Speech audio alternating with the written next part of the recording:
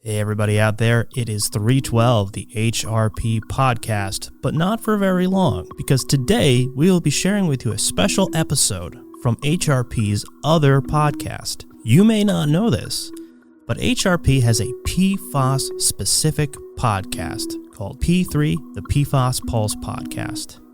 For some of you out there, this may be your first time hearing about PFAS. So what are PFAS? Well, in summary, per and polyfluoroalkyl substances, commonly called PFAS, PFAS, are a large family of complex man-made chemicals, close to 5,000, first synthesized in the laboratory in 1938. PFAS chemicals were easily modified to produce new compounds with certain desired properties. PFAS chemical and thermal stability, in addition to its hydrophobic and lipophobic nature, made them useful in countless commercial and industrial applications, resulting in the production of thousands of PFAS compounds and widespread use. For example, various species of PFAS added in trace amounts to products will reduce surface tension, make materials heat resistant, reduce friction, etc.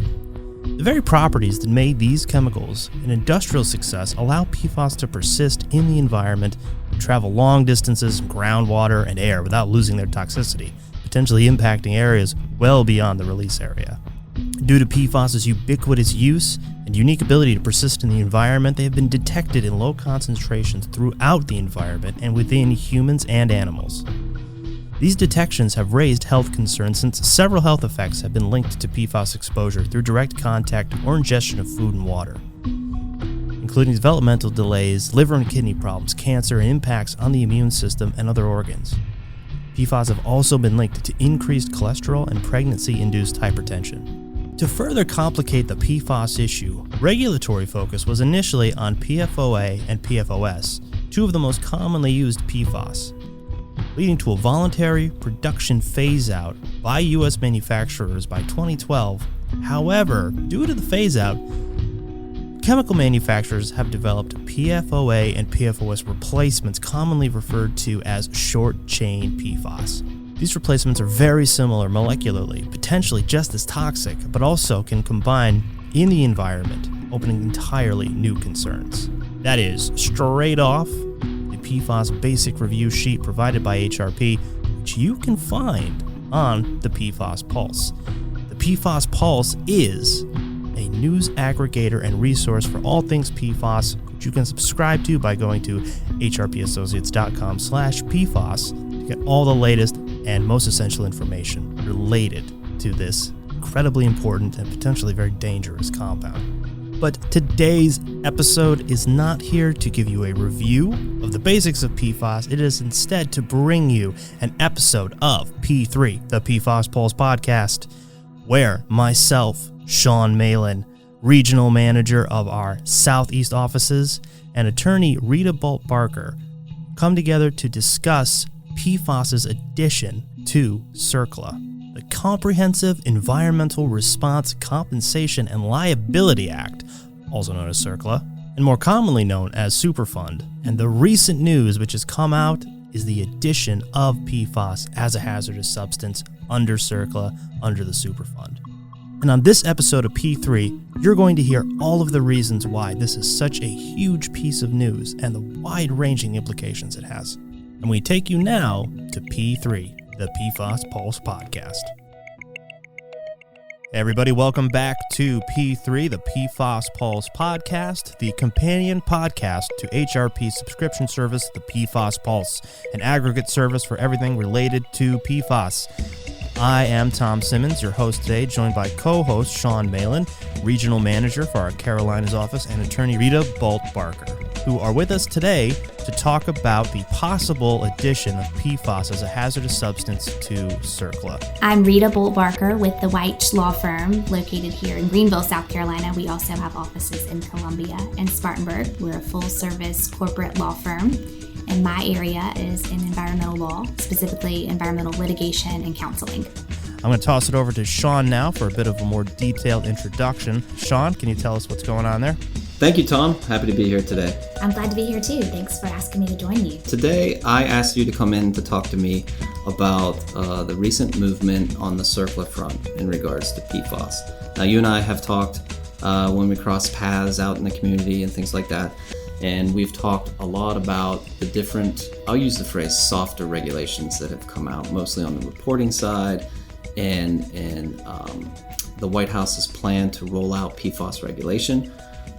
But something happened on September 6th. The EPA announced that they were going to publish in the Federal Register that they were going to designate PFOA and PFOS, which are large category subsets of PFAS, that they're going to designate those as hazardous substances. And that pretty much broke JD Supra from the little email alerts that I get. Folks in your industry were all over that and had lots of different articles on that.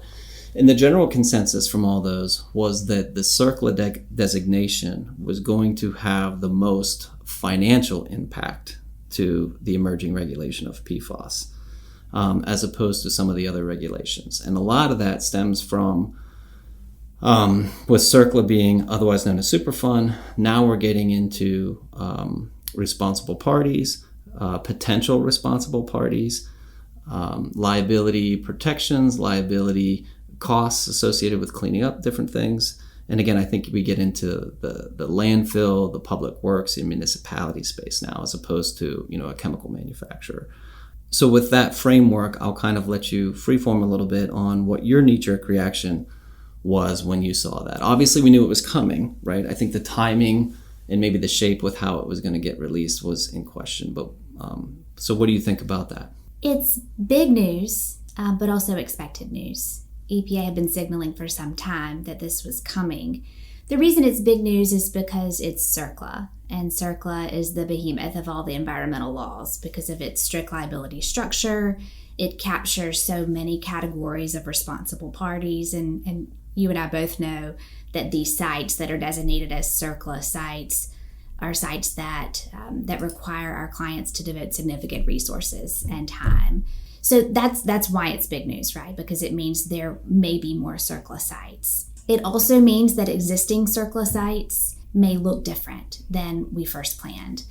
It may mean that the existing remediations may be reopened or opened.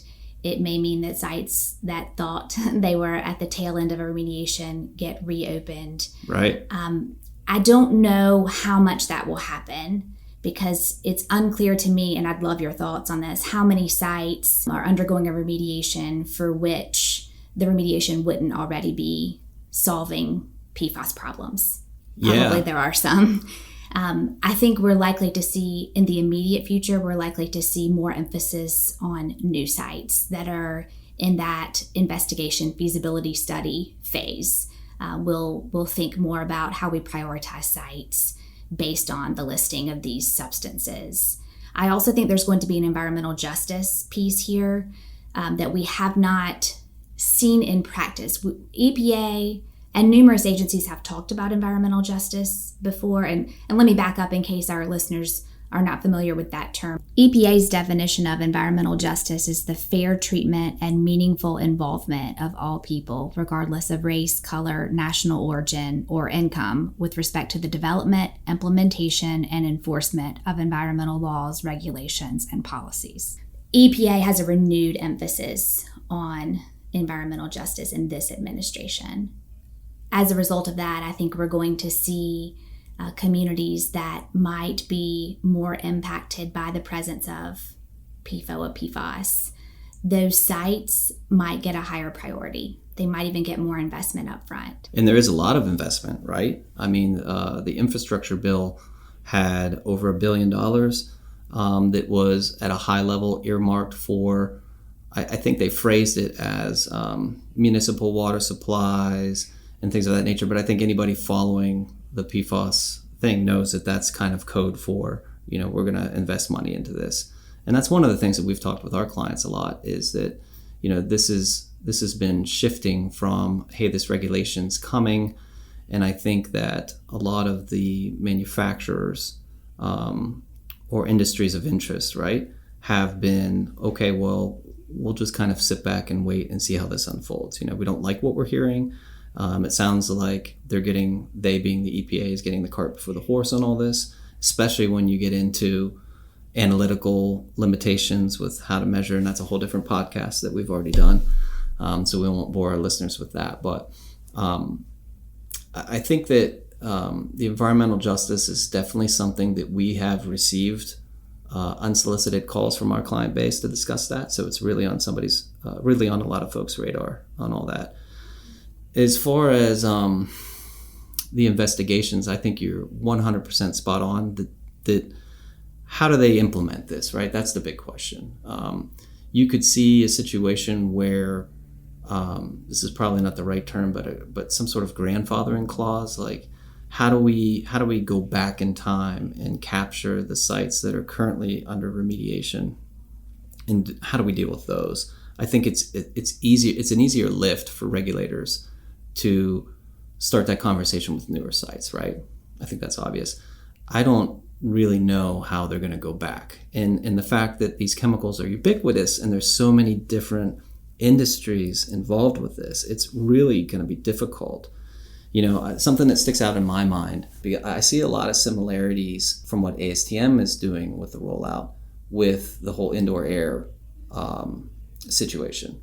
And if my memory doesn't fail me, I remember Massachusetts really making a lot of waves with opening up a lot of closed dry cleaner facilities. Does that ring true? Yes. And so, I don't think that PFAS are going to have some very specific kind of point, right? Like we picked dry cleaners. We're like, hey, this is going to be a big issue. These dry cleaners are in mostly light commercial areas with potential residential in here, and we have to go back and take a look at this. I don't know that PFAS is that specific. And so it's going to be very interesting to see how they do that. I think that, in the Southeast, which is where Rita and I have most of our client base, North Carolina is kind of the state that usually is ahead of things with that. Most of the other southern states kind of default to the EPA. So we know that North Carolina specifically, and the federal, the MCLs are supposed to, the proposal for the MCLs is supposed to be this fall. I'm pretty sure it's this fall. So I think by the end of the year, they'll put those out. That will be, in my opinion, the final motivator to really get things moving. It'll put more shape on this action. Yeah. At this point, I think you said something about putting the cart before the horse. I hear that frequently in the environmental bar. Why is EPA going ahead and designating these substances before we have clear standards? And I don't know what the thinking was at EPA. It may just be that those regulations were on different timelines, and there was no reason to stop progress on one. But knowing that something is a listed substance is something, but it doesn't have much shape until we know what those standards are. And I know you've already talked about the analytical challenges. Yeah. There are also remediation challenges. We don't know what those cleanup standards will be. So it's hard to know what it even means at this point, other than we know we have to be watching it carefully. And in this interim period, it will be difficult to advise clients. I think probably what we'll be doing is warning them that this is an area of uncertainty. Here's how you can eliminate your risk. But we'll all be speculating a bit about those standards. Now, admittedly, I think those standards are going to be very low. Yeah. So they'll be difficult to comply with. And I know that's your area, right, where you talk about remediation techniques. Right. So that will be a difficult place to navigate as well. We both work for clientele on the purchase side and the selling side. And I think it was earlier this year, maybe it was late fall of last year, ASTM put out for public comment update to 1527, which is the phase 1 environmental site assessment standard. It received a lot of comments and it was pulled back. I believe at the time, and forgive me, it's been a couple of months since I looked at it, but I remember them incorporating PFAS as a non-scope item, which would be lumped in with asbestos and lead and mold and all that kind of stuff. So ASTM pulled that back. And from my perspective, I believe that the ASTM community was aware of how soon EPA was going to release the current rule that we're talking about here. I think it got to a point where the comments and the backlash from the standard that they were trying to put out in the spring, if I had to speculate, I would assume that ASTM and EPA got together and they said, hey, we're on track to, list at least these two categories as hazardous substances by the end of the year. So, again, I'm speculating wildly here, but it makes sense that rather than try to address all the comments that ASTM received on that specific standard, that maybe it was decided that it would be easier to roll it out if they just waited for CERCLA to get on board before they went back to that. Do you have any thoughts on that? I don't know what ASTM was thinking. I do remember being at some conferences back in the summer where this was an item of much discussion, and we were speculating there as well. But the real concern with these constituents being added to the diligence process is, what are the standards? Are we going to simply identify the possibility that these substances are there, and then what do we use to measure them? Of course, within the context of the difficulties of performing the analysis, knowing what the remediation would be and not knowing what the standard would be for cleanup. So it's part of that cart before the horse problem, right? I don't think anybody believes that we'll ultimately have a diligence process that excludes these substances. They'll make their way into our standard diligence processes, but we don't know how to do that right now because of all those limitations.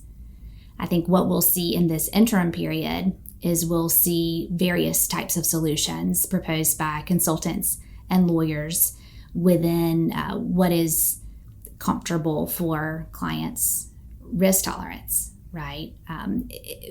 If we have a site where we know these substances were manufactured, that's probably a time where a consultant would say we need to take a more careful look at the possible presence of these substances because of their impact on property value and human health, not to mention the new regulatory framework. Because these constituents are ubiquitous, though, we keep using that word, but it's true. Is there an argument that you'd always want to be evaluating for that on sites? Probably not, because it would chill redevelopment. It would chill our entire real estate transaction industry, right? Yeah, that's a good point.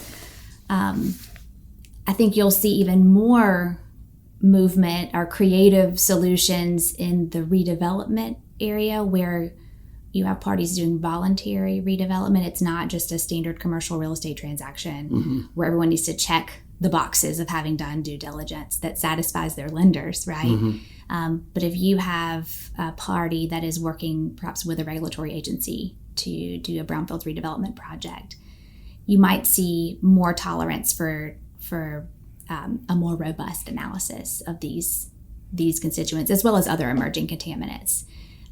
We'll see, though. We'll see. I think it's a real period of uncertainty. It is hard to advise clients. I think our goal has to be to advise them of the risk that these constituents are there on the site because of their prevalence, acknowledging that right now we don't have the full regulatory structure to know what to do about their presence. If you're representing a particularly risk-averse buyer, they may want to push for a more robust analysis. If we're representing a seller, I think it's hard to push them to offer up the broadest analysis because they're likely to discover a problem they can't solve or that will decrease their property value, increase the risk to the buyer. So it's hard. Some of that may get negotiated, right? Some of that may get negotiated within purchase agreements. Like an escrow. Well, you could manage risk in numerous ways. Sellers often want to try to limit buyers' ability to sample. That tends to get worked out by lenders who require it. We'll also see what lenders do. Will lenders want to have a more robust analysis of constituents for which we don't yet have you seen standards? I have not seen a lender push hard on it, but I have seen a lender ask about it. So I think it's coming. And you may see different risk levels from different lenders, right? We see that already. We see that already in environmental due diligence. You're saying within the same bank? Well, I was actually just thinking about different banks evaluating this risk differently, not necessarily within the same bank. And I'm sure you see delineation between a national bank versus a smaller bank. Correct. As far as the level of understanding and engagement in that. Absolutely. Yeah. Absolutely. And then you'll see local banks who are much more comfortable with some of our state redevelopment programs, right? Mm-hmm. They're familiar with how DHEC does its Brownfields redevelopment program. They feel confident about that process. They feel confident about there being appropriate risk assessment for the future land use. When I'm working with lenders from other jurisdictions, they don't always have familiarity with that process. So they may want to lean on whatever their standards are, which could be more or less comprehensive. So some of that will get worked out in the lending industry. Some of that will get worked out between buyers and sellers with the scope of diligence that's permitted within the purchase agreement. If there are going to be increased post-closing risk on a buyer, you might see more willingness by the seller to escrow some funds, to buy environmental insurance. There are other solutions to mitigating risk, particularly in areas of uncertainty. I think we'll see those areas grow. Yeah, I just gave Rita a wry smile, listener, because I was sitting here listening to your explanation. I'm thinking we should get into the environmental insurance business right now. Yes, this would be a wonderful time to get involved in that industry. If you're an insurance person and you're wondering out there whether or not you should get into environmental, it is ripe for the picking right now. Let's talk about X's and O's of due diligence. We had a national lender ask us over a year ago to start, I'm not even going to say evaluating, assessing for PFAS and having a very high level discussion within the report about the risk of PFAS. And it was in a very due diligence kind of way. It was based on location and adjacent properties and the current property and what they've done. But they never pulled the trigger no matter how we came up with an assessment. And again, we have checklists and we know what industries we're looking for. We know what codes to look for. And so, we jumped and we said how high. And we put together a pretty robust survey, a checklist to try to, with the information that we have in hand, develop a program with how to identify potential liabilities specific to that front. They, as much as they wanted it in the phase 1, we were never authorized or never really made it into the phase 2. And I know that has a lot to do with the analytical concerns that we keep kind of stepping around here. Do you feel like talking about PFAS in a phase 1 but not moving forward with any kind of analytical in the phase 2, does that satisfy AAI? It depends on what was said about the risk in the phase 1. I am anxious for clients when I see a phase 1 recommend further inquiry and the client chooses not to pursue that further inquiry. Right. Because I think that is dangerous for preserving the all appropriate inquiries defense. And that defense, listeners, in case you're not familiar with that, if I'm buying a piece of property and I want to preserve defenses to CERCLA liability, which we've already discussed, is strict, joint and several. It's the most significant environmental statutory liability. I want to make sure that I am performing all appropriate inquiries. That's the EPA's required diligence checklist, if you will. Mm-hmm. And part of that is the phase 1 environmental site assessment that most people are familiar with. But if that phase 1 recommends further inquiry, often known as phase 2 sampling, and a client chooses not to do that, I think that can jeopardize the defense. Okay. So it is possible, aside from the consultant putting in there that we like these words that make you pull your hair out, right? We recommend a phase 2 assessment. In absence of that, if it's a shade of gray of, hey, we looked around, there's no smoking gun, there's no chemical plant next door, but this industry and that industry and this industry over here, information is coming to the surface that these might be properties of concern and therefore there might be some level of risk. If that was the paragraph that you were reading there, is that easier to be like, okay, well, we're not going into a phase 2 because they simply said, hey, maybe, right? Because of the whole ubiquity. Maybe, we don't know. Does that make it easier to kind of be like, okay, well, look, well, we're not going to go down that road of the phase 2, right? It's better than a consultant telling you to evaluate something specific. like saying we recommend further study of the wastewater lagoon area, the former wastewater lagoon area. It's a more comfortable place to be, but it still presents an area of concern for which we cannot have complete certainty. And I think in that situation, our jobs are to let our clients know there's some risk here. You have a phase 1 that identifies an area of environmental uncertainty. At a minimum, it's a data gap, right? Because data gaps we know can impact property value, potential reuse, depending on what the developer wants to do on a site. Those can impact what we are doing with a property. So knowledge is, in this scenario, knowledge is both power and it can be somewhat debilitating, right? Because what if we find out there is a contaminant of concern there? Well, let me flip the script on you, right? You're walking down the road. I love this. So if I have that ambiguous, vague, non-specific paragraph in there, right? And we don't do the phase 2.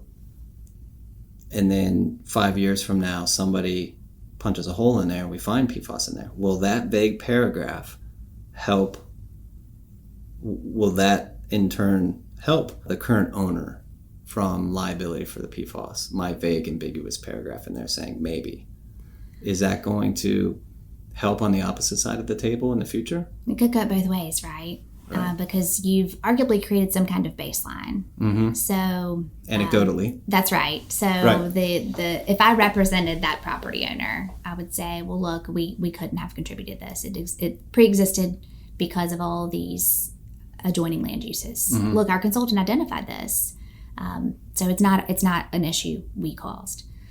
On the flip side, if I represented a regulator trying to hold me accountable, trying to hold my client accountable for that contamination, I would say, well, you're on the hook. You tap danced around this. You did. You saw it. It was listed as a concern. You didn't evaluate it. You've not preserved your all appropriate inquiries CERCLA defense. Now, we will see what happens with that. We don't have enough case law right now to know. Have you heard of any case that goes after that? None. I mean, certainly not with regard to these particular substances because they're so newly listed or will be listed. Gotcha. We can extrapolate from other cases. There's a case out of South Carolina that gives people all over the country some concern about how to be very careful about the need to be very careful about preserving all appropriate inquiries during the diligence phase. But I don't know what the regulators will do. I don't know what their legal positions will be when, and I think it's when, not if, when we fight about this one day. Yeah, interesting. All right, well, let's dive into the phase 2, right? I have lots of ideas on how to do that. I've presented a lot of different scenarios on how to go about doing the second phase of investigation. I think that there are 2 things at this stage in the game that are missing, and I'm gonna make these statements with the assumption that groundwater standards will be available by the end of this year, right? So we're talking about this interim period proposed. The groundwater standards will be proposed by the end of this year. They won't be adopted until August of next year. 2023, I think, is what EPA has said. So let's say by 2023 we have MCLs, at least for these 2 categories, okay? Right. So we have 11 months to argue about what to do with this. And so if I had a client, and again, depending on the situation, the site property, I think that the 2 biggest things that are missing from our ability to do a worthwhile and effective phase 2 is a complete and utter lack of information on what is background. Mm-hmm. That is huge, right? And I'm talking about background sampling from, us hiking into Yellowstone and grabbing a sample from somewhere to background being 5 miles from plant X, right? There's a component there. And I think that if somebody really wants to pursue a phase 2 and get analytical, I think that collect analytical data, I think any good consultant would have to grab some background samples as best they could, whether that's moving away from target areas, right? this is where the tank pit was. This is where this particular process line was in this industry. Like, I think in the phase 2 world, we really hyper focus on processes and tanks and locations of things. And I think that outside of metals, which traditionally you always collect background samples when you're looking for metals, because the geology will dictate, some areas are above MCLs and so forth, like arsenic here in South Carolina, right? That's a big background nugget for South Carolina. So the one is the background. The one point that I make is getting background data, which every sample you collect could create a problem. Every sample you collect creates a response. But I think that I don't know how you would go grab a sample if you didn't know what was up gradient, right? Because there's so much we don't know right now about atmospheric deposition of PFAS.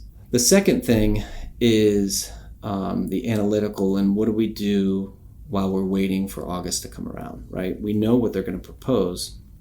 Just because they're proposing, 0.005 or something. The health advisory levels are extremely low, 0.004 for PFOA and 0.02 for PFOS. We'll just call it really tiny. It's small. It's it's essentially zero, right? Right. And so, we could go ahead. I mean, there will be consultants out there and attorneys that are like, well, look, this is what the number that they said, so let's test for this. I think the other thing that's missing is a screening technology that, instead of really getting into the weeds of how small is it and is it above standards and all that, more of like a red light, green light strategy of, is it here, is it not here? And that really dovetails back into the background, right? To try to determine. And some of those methods are out there. There's a national laboratory that is working, was contracted by the EPA to work on that kind of.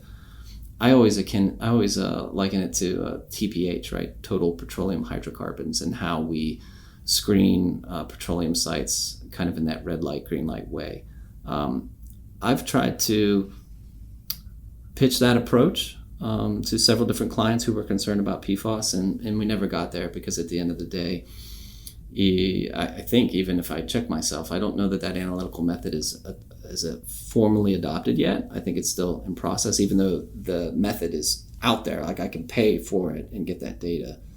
So I think that from a lawyer's perspective, if it's not a approved method, then that creates challenges, right? Sure. And I think that those are the two things that really need to move forward in order for us to really get PFAS into the due diligence realm, right? Mm-hmm. And is it better? I'm going to put this question back to you. Would you rather have a green light, red light strategy, where understanding that maybe we don't know the severity of the risk, but at least, I guess this is for a buyer, right? You would know whether there's a presence there or not. Would that be a better pitch, or is it better just to not have it at all and then try to work backwards through the AAI?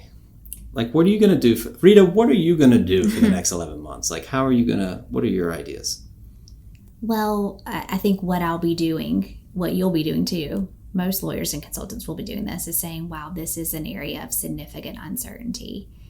Here are the ways to manage this risk. And then ultimately the clients are going to have to determine their own risk tolerance, right? Because we're going to be presenting a menu of options to manage this risk. There is not one path forward here.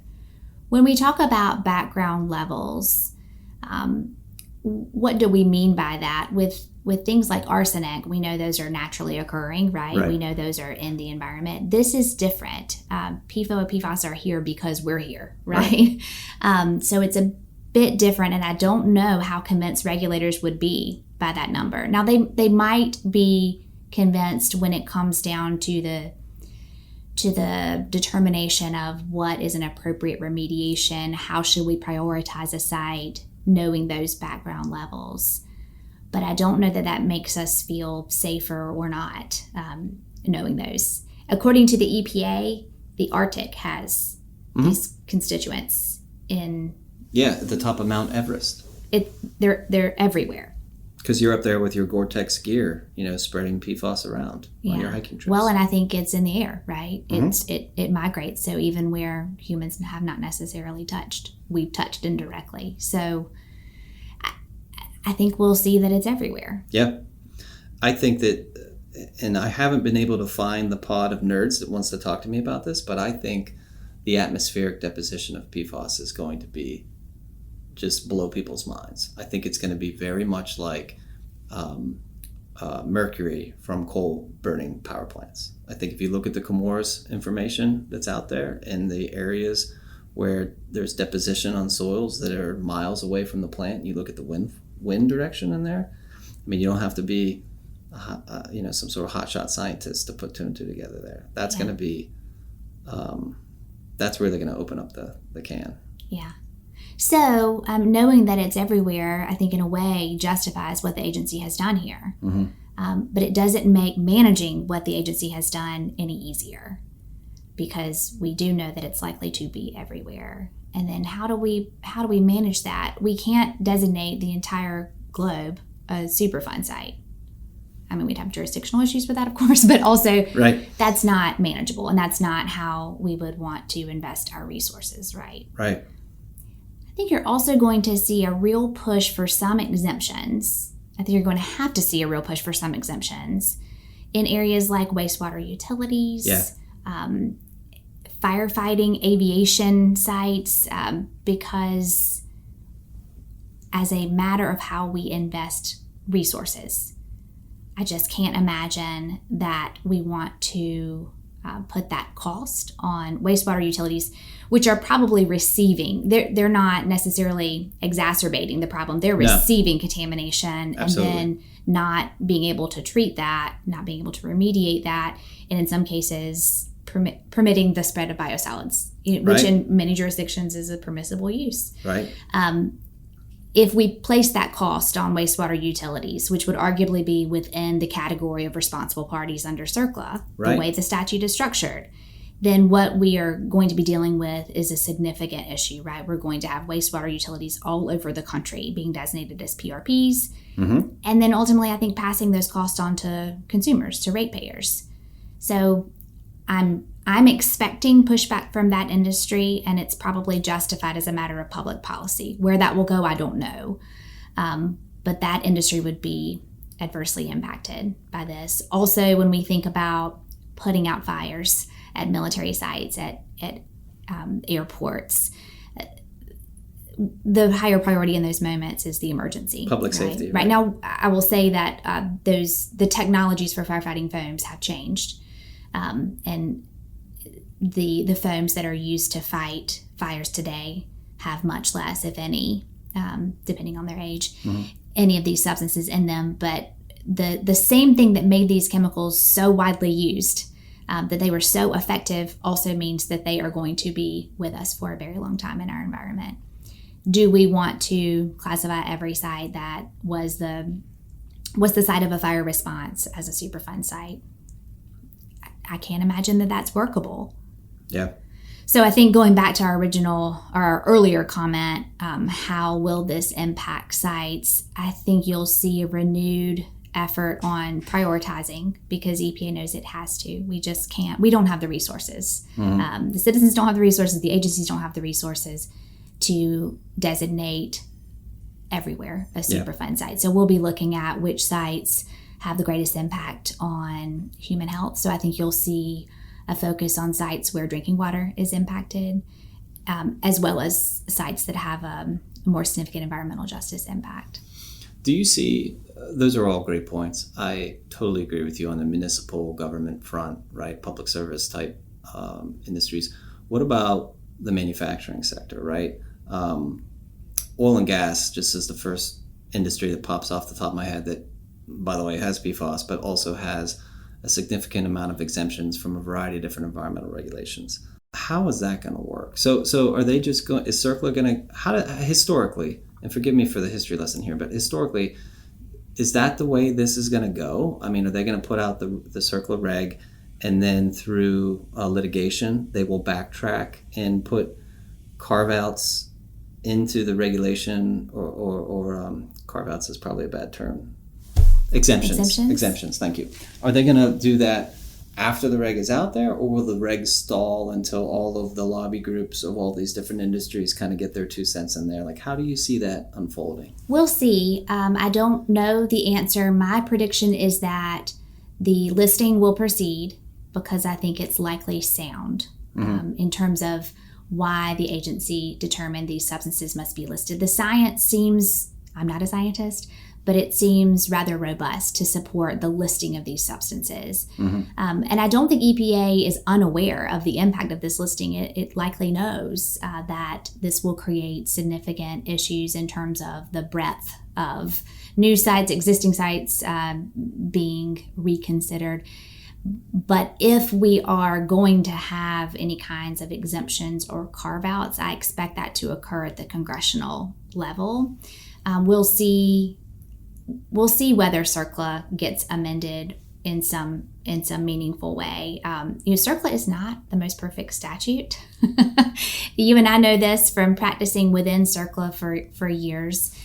Perhaps it could use some refinement, and maybe these pushes from various groups will result in an amended statute or alternative legislative solutions. We'll see which lobbying groups have the most power too, right? I mean, if that's the way this works, is that Congress is persuaded or not by the various entities that are lobbying it for action.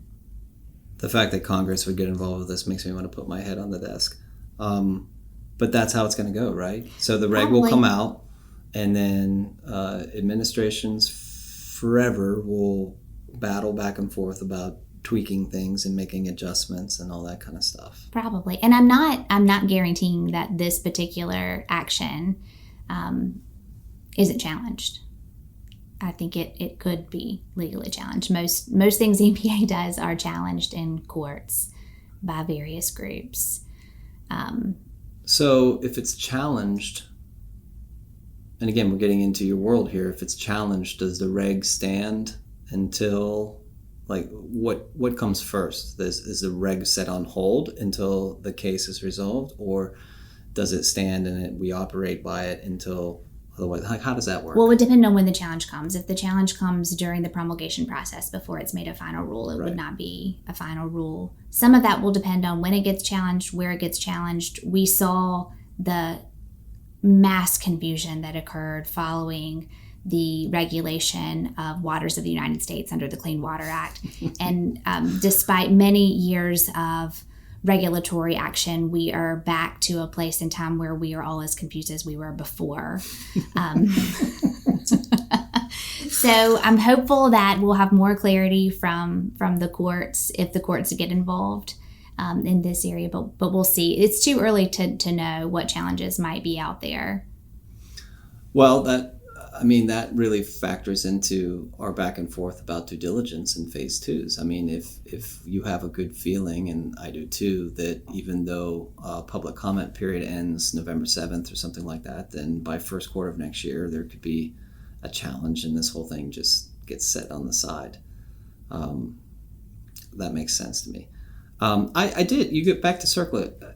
I read something that really stuck out in my mind. There was a sentence in there that says, remember that CERCLA is a regulation about liability, not about fault. And I read that like 3 times. Can you talk about that a little bit for the layman? Like, I'd never really interpreted it that way. That's right. So CERCLA, also known as Superfund, is the law that scares people the most, because you may be caught up as one of the categories of responsible parties without regard for whether you or your activities ever caused any contamination there. So when we think about the categories of liabilities of potentially responsible parties, we think of owners, operators, generators, transporters. When we're thinking about the owner category, current owner category, if I am the current owner of a property where release of hazardous substances occurred, it does not matter if I'm responsible for that. I am still wrapped up in the category of responsible, in one of the categories of responsible parties. If I sent waste that were legally transported and disposed of at that point in time to a site where a release of hazardous substances occurs and later becomes a Superfund site, I am also liable, even if I did everything by the book at the time. And many of our Superfund sites are hazardous waste processing facilities where numerous transporters, numerous generators use transporters to take their waste to those sites, and then all of those parties become responsible parties. So it's structured in a way that tries to build a large roster of potentially responsible parties. That may seem very unfair. A co-op, if you will. Yeah, that sounds so lovely and positive. But it builds this large roster of parties that together, collectively, can respond, can implement a remediation effort that will probably be significant and will require significant resources. So that's, I think, the policy behind why it's structured that way, but it can feel very inequitable. I think we can talk about the pros and cons of the way CERCLA is structured. Many people think it is inequitable, but it has stuck around for a while despite its problems. It does, however, make parties think more carefully about environmental compliance, right? So that is not necessarily a bad thing. That's one of the reasons you and I have jobs, right? Because we're trying to help people minimize the risk associated with falling into one of those categories of responsible parties.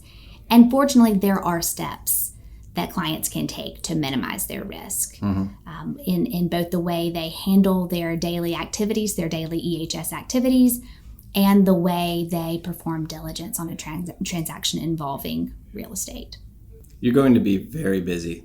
We're both going to be very busy. I think all environmental lawyers and consultants are going to be helping our clients navigate this new period of uncertainty.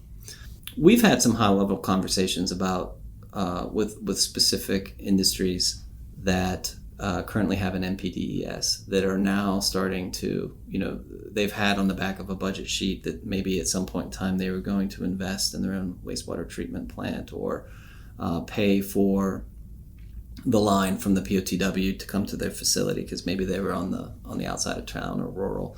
I was starting to see a lot more of those conversations come up, and I have a hard time thinking that PFAS isn't part of that. Right. Is that they know that inevitably if they continue to have an NPDES that at some point in time, whether it be somebody in a kayak coming up a river or just a general ask, that's a question to come into play.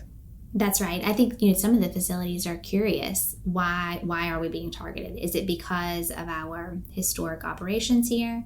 Is it because there's waterway sampling near our NPDES discharge point that shows there is an elevated level here? Some clients might choose to do some of their own testing to determine what's on the site, knowing that no testing is ever perfect, and testing on another day could show something different depending on where those sampling locations are. But it is an area of concern, particularly for some industries in our state. Now, most manufacturers in the United States are not making PFOA or PFAS. Right. And then there's still some limited production out there. But many got in front of, I don't know if that's the right way to say that, but they were trying to be proactive about reducing the stream of PFOA or PFAS in their products and eliminated or will eliminate in the near future. And many celebrated that, right? There was a program through EPA, I think it ran in 2010 and 2015, getting manufacturers to eliminate the production. Some of those same manufacturers may now be a bit haunted by those decisions to be proactive because if they are still operating facilities and need permits, then regulators might be more interested in determining whether some sampling is appropriate on those sites. Right.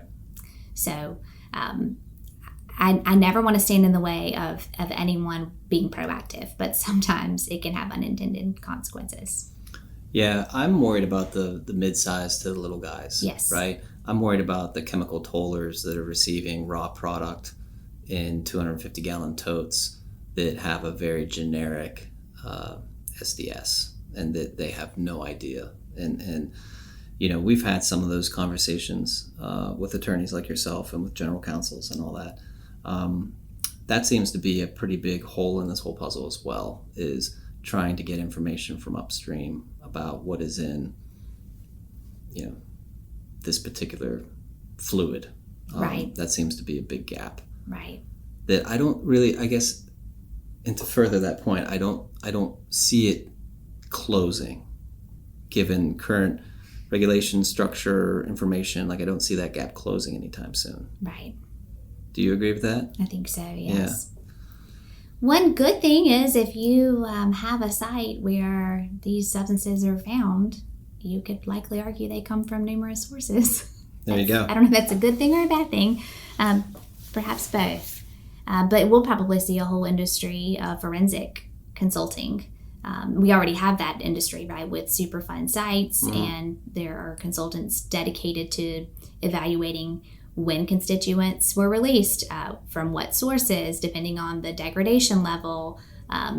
We have an entire group of talented scientists who do that anyway. I expect you'll see the same with PFOA and PFAS.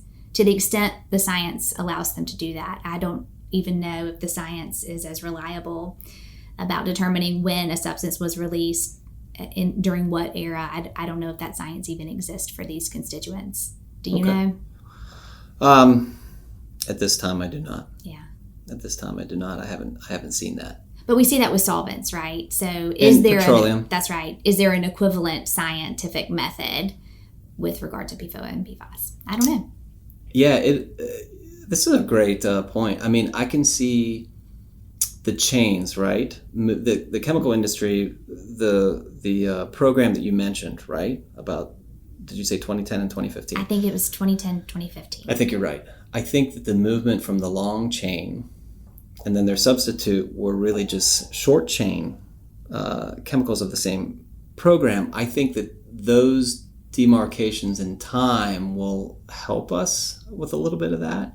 But again, you're going to be very busy with those types of conversations. Right. So we've talked a little bit about Superfund sites and opening back up sites. We went to property transactions. Have you received any calls from clients that say, hey, we don't, outside of permits, okay, just out of the blue, hey, we're watching this and we're concerned? Have you had any clients looking inward? And what I mean by that is, we've tried to get some information on some of our raw products and we haven't been able to do that. And so what's your advice for us? Should we take a look at this process? Should we get our engineers to redesign the process so that there's carbon on the back end of effluent? Have you fielded any kinds of those very general, we're very concerned with this, but nobody's really knocking on our door yet?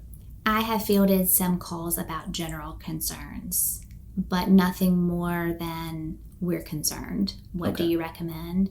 Not anything as specific as what you mentioned. Okay. I think that's coming. There's also likely to be a whole industry of audits, right? We already do environmental audits. This will get added to that because it is absolutely an area of future concern, if not present concern. Right. So for a proactive client who wants to understand the risk portfolio for a variety of reasons, either because it's good business practice or because they're going to be marketing their company in the future, an environmental audit will be helpful, particularly if it concerns these emerging contaminants. Well, and I say emerging contaminants, I think we're not even in the area of emerging contaminants with PFOA and PFAS. They're going to be regulated. EPA has told us this much. That's right. Good deal. Well, thank you so much for doing this. This was really fun. I enjoyed it. Yeah. Awesome. Yes, Rita, Shaun, thank you so much for joining us today. Remember, everybody out there, if you are not already subscribed to the PFAS Pulse, go to hrpassociates.com/PFAS and subscribe today for all of the latest information regarding PFAS. We will see you on the next episode, everyone. Stay safe out there. Bye.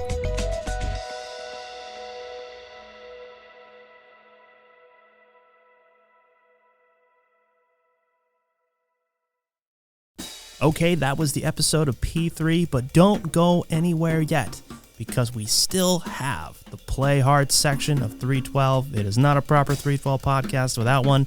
As I mentioned before, Shaun Malin, Regional Manager for the Southeast offices of HRP, the principal one being the Greenville, South Carolina office. And let me tell you folks, it's a wonderful place, great office, great city, better people.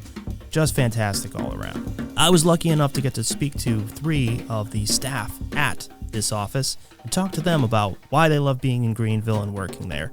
So let's join them now, where we can learn a little bit more about what it's like to be in Greenville and what it's like to work there and some of the people that HRP has. All right, hey everybody, welcome to the Play Hard section of the 312 podcast. For this episode, I'm here in South Carolina with our little traveling podcast setup, and I wanted to take a couple minutes to talk to some of the folks that work down here in the Greenville, South Carolina office. We are in the fabulous Judson Mill campus complex where HRP Greenville's future home will be. We're currently in the temporary space, which we'll do a little tour of here.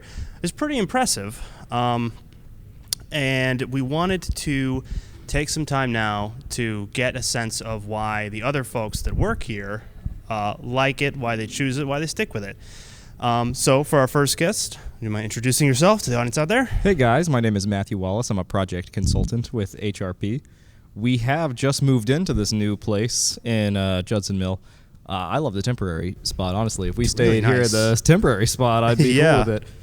But we're taking bets on how long it's going to take for it to actually be done, how long we're really going to be here. I'm cool with it if we just continue staying here. But my bet is like March, realistically. Okay, yeah. They're telling us December, but I don't think that's the real day. Okay.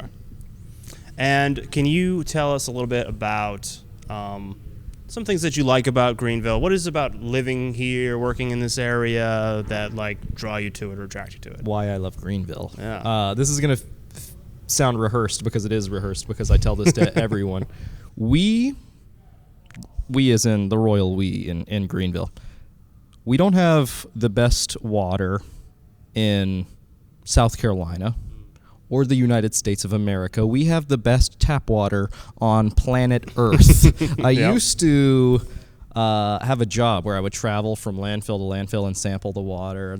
First the tap water, and then the groundwater, and then the leachate from the landfill to like compare how the water is being polluted from the landfill or whatever. Yeah. Then I did one in Greenville. And it was like I was like a scientist or like an archaeologist discovering something that should not be pure, the purest water imaginable. And then you taste it, and you really can. Like, I am kind of a water snob, a connoisseur, if you will. Sure, yeah. But, I mean, it's just untouchable. Anyone can taste the difference, I think. Like, if someone comes here and tastes the tap water and is not impressed, and people who don't even, like, go hard on water can even taste it and be like, wow, this is some immaculate water. I mean, there's a lot of other great things about Greenville. The Peace Center, I think, is, we have our theater here. Yeah. We do not have the population to deserve as nice of a theater as we have. We get such great Broadway musicals and things for something that is better than like the Fox Theater in Atlanta, which is 30 times our population or whatever. Like there's no reason for us to have some of these awesome things. It's because we're right in the middle of Charlotte and Atlanta. So I guess if you were a traveling tour, this is just the natural place to go. Makes sense. So if you want to see something big, you end up paying less money for it, sitting around fewer people for the same quality acts. And then Falls Park is like, I compare Falls Park to like Rivendell and Lord of the Rings. It's very impressive. It is. The waterfall's gorgeous. Just everything in downtown in general is just like painted almost. Like it's an engineer had beauty in mind the whole time, which is never the case for like city planners. They want everything to be efficient, not necessarily pretty. When I first saw that park, what it reminded me of is anytime you see like you're in a meeting and there's a presentation given by like a developer about like how to revitalize a downtown or community, and they show you these pre-rendered drawings or artist concepts of like, here's what it could look like, and it never ends up looking like that. It looks like that. It actually looks like that. It looks like that. It looks like the drawings.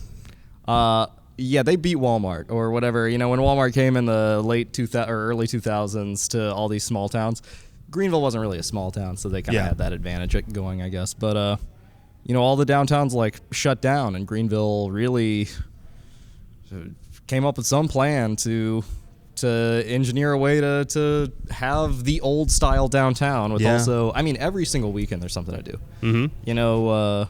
Whether it's some band that's playing downtown every summer Sunday. I know they have bands that come, and then in fall you got Fall for Greenville, you got Artisphere, you got There's more than that, but Yeah. winter, I guess, is the one. But nobody does downtown stuff in winter. It's too cold to go outside anyway. Even in Greenville, it does still get cold here, even in South Carolina. That's true. Yeah, I managed to find the 1 week to come down here when it was actually pretty cold in the it's fall. like 40 degrees outside right now. But which for us is cold. I'm sure for the Connecticut people, they think 40 degrees is nothing. It's still cold. It's cold enough. Right. Well, thank you so much for talking with us today. Yeah, I had fun. All right. Thanks, everybody. Come to Greenville. It's great. You should. See ya.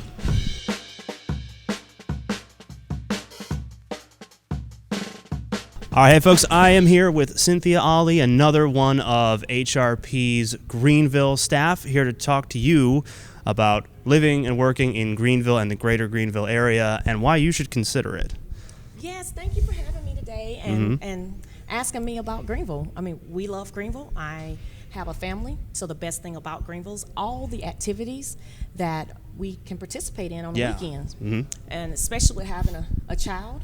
So we have lots of family activities such as Fall for Greenville, and you just missed that. I know. So they shut down the entire downtown, and it's a fall festival downtown. So we really enjoy that, and the zoo. Yep. So we love the zoo, and right beside the zoo is a park. So after she goes to the zoo, if she's not tired, we go to the park. Yep. You let them run around, and then she's tired. And then she's going to sleep on the way home. And like you said, greater Greenville area, because I'm outside of the Greenville area. So if I don't want to come downtown, then I can stop in some of the other cities and enjoy some of their festivals. Yeah. My husband bought tickets this year to the Greenville Drive, and he bought one season pass.